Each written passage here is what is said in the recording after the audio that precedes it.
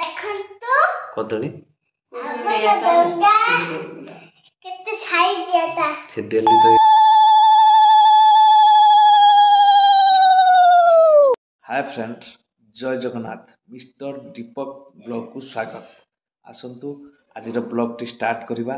आज जेहेतु आसंता काली पूर्णमी पंचक पूर्णमी तेणुक आसंता भोर भोर डंगा भसा जीवो एवं आज आमर आसी जाइछि मध्य डंगा आसी जाइछि।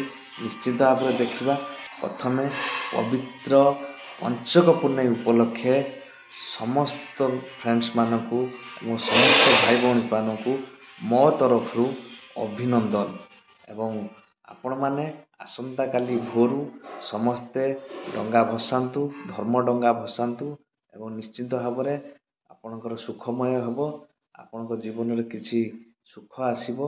निश्चित भाव में आपण एंजॉय करंतु जेहेतु कार्तिक मास धर्म मास तेणुकरी पंचुक ही समस्ते पालतु एवं पंचक शेष दिन में समस्ते डंगा बसातु धर्म डंगा बसातु। भगवान तुम कृपा करेंगे भगवान भल रखिए समस्त को एवं मो तरफ शुभकामना एवं समस्ते भलरे रहतु एवं आमर मध्य डंगा आसी प्रिपेरेसन करा एवं भोर भोर ही भसा जीव।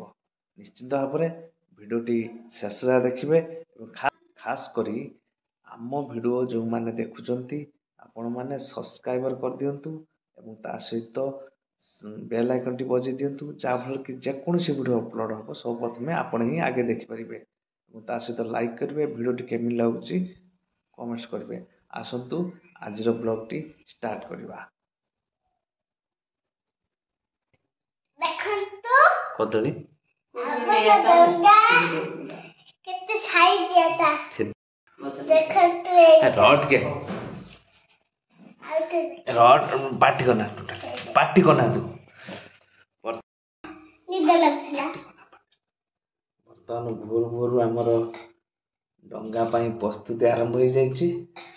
देखु बर्तमान डंगा देखु आम झील डंगा बर्तमान एपटे ता मामा डंगा जो झील डंगार पैसा देखु 2 टंका ता संग मोमबत्ती एपटे धूप दि जाइए एवं पान दि जाइए एपटे गुआ देखु दि जाइए एवं चाउल एवं सेम मध्य ये डंगार से सब दि जाइए।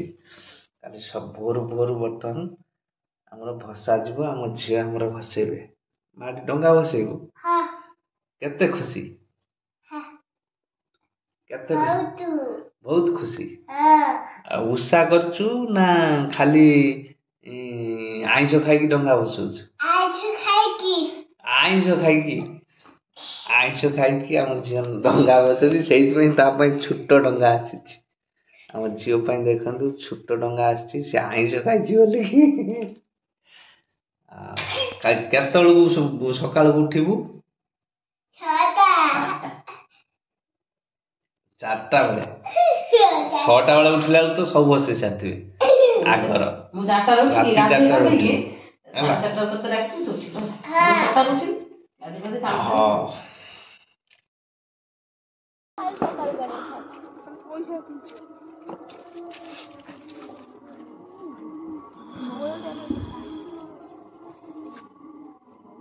धूप देना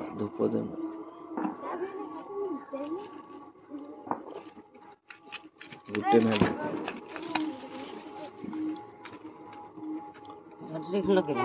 आउटे धूप ना सेट ठीक अच्छे हाँ एवं नाग झजर नुआ ना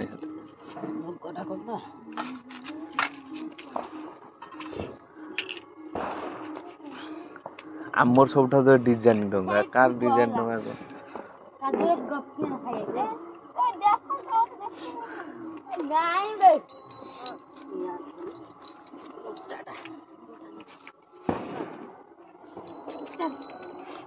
झील पूरा शीत नाई कुकुर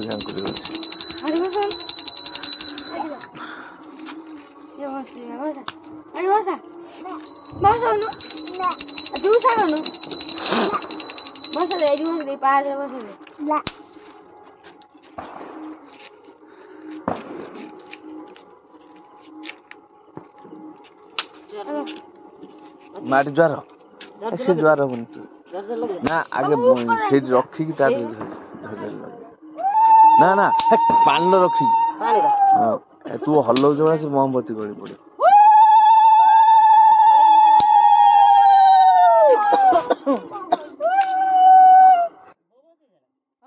ଦିଟାକୁ ନେଇ ପାଣିରେ ରଖୁନୁ ଦିଟା ତ ରଖିବି ଏକାଥେ ସାଙ୍ଗ ନଗେଇଥାନ୍ତୁ ତତେ କହିବି ଗୋଟେ ଗୋଟେ କେମିତି ବସେଇବୁ।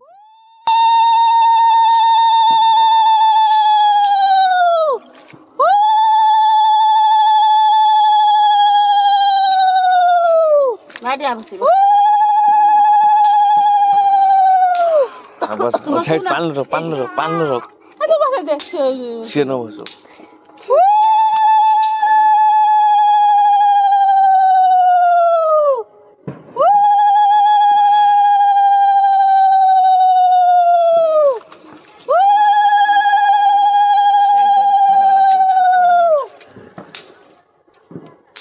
ପାନ ଗୁଆ ତୋର ମାସକ ଧର୍ମ ମୋର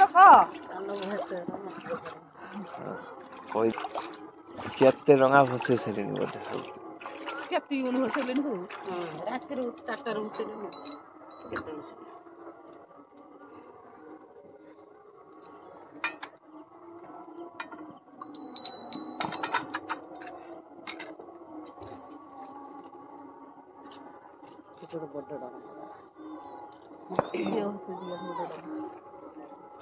ଭୋରୁ ଭୋରୁ ବର୍ତ୍ତମାନ ଆମର ଡଙ୍ଗା ବର୍ଷା ସରିଗଲା ଦେଖନ୍ତୁ କିଭଳି ଭାବରେ ଆମର ପୋଖରୀ ବଡ ପୋଖରୀ ଯାହାଫଳରେ କି ସମସ୍ତେ ଆସି ଡଙ୍ଗା ଭସାନ୍ତି